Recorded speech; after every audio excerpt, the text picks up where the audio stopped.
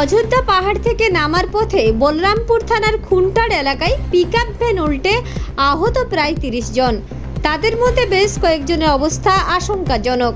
তাদের বাড়ি বলরামপুর থানার শিমুলবেড়া গ্রামে। আহতদের পুরুলিয়া গভর্নমেন্ট মেডিকেল কলেজে নিয়ে আসা হয়। এদের মধ্যে দুজনকে চিকিৎসক মৃত বলে ঘোষণা করে।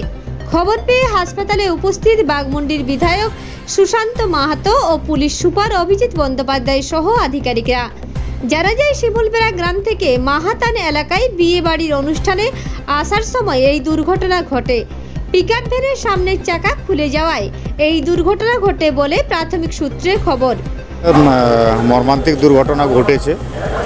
অযোধ্যা পাহাড়ের শিমুলবেড়া থেকে ওরা একটা বিয়ে বাড়ির অনুষ্ঠানে যোগ দেওয়ার জন্য যাচ্ছিল এবং একসঙ্গে প্রায় ৩০ জনের কাছাকাছি লোকজন ছিল এবং সেটা গাড়ি হঠাৎ বলরামপুর ব্লকের ওই কেরুয়ার ওখানে যে মাতান টাঁড় আছে সেখানে একটা দুর্ঘটনা ঘটে এবং সেখানে এখন আমরা পুরুলিয়া দেবেন মাহাতো হসপিটালে আমরা সবাই এসে যাতে তাদের চিকিৎসা ব্যবস্থা করা যায় সেই ব্যাপারে আমরা চেষ্টা করছি যাতে তাড়াতাড়ি যতটা সুস্থ করা যায় তাদের পাশে থাকা যায়। ইতিমধ্যে যা খবর পেয়েছি সম্ভবত দুজন বোধহয় মারাও গেছে, এটা এখনও পর্যন্ত যা খবর পেয়েছি। হসপিটালে আরও একটু খবর নিয়ে নিচ্ছি, আরও কয়েকজন সিরিয়াস আছে। আমরা যতদূর জানতে পেরেছি বিয়ে বাড়ির একটা গাড়ি আসছিল, সেই গাড়িটা খুনটারের কাছে ক্যাপসাইজ করেছে, বেশ কয়েকজন ইনজিওর হয়েছে।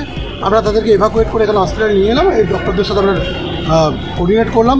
তারা অলরেডি সবাই যারা ইনজিওর ছিল, ম্যাক্সিমাম যাদের একটু বেশি ইঞ্জুরি ছিল তারা সবাই এভাকুয়েটেড আমরা শিফট করে দিয়েছি হসপিটালে তারা অ্যাডমিটেড হয়ে গেছে। আরও ৪-৫ জন আসছে যারা মাইনর ইঞ্জুরি আছে, তারাও আসছে অন ওয়ে। এখনও পর্যন্ত আমি এখানকার যারা অ্যাটেন্ডিং ডক্টর আছে এবং অ্যাসিস্ট্যান্ট মেডিকেল সুপার ওর সঙ্গে কথা বললাম, এখনও কোনো ক্যাজুয়ালিটি নেই, এটাই থ্যাঙ্ক গড কোনো ক্যাজুয়ালিটি।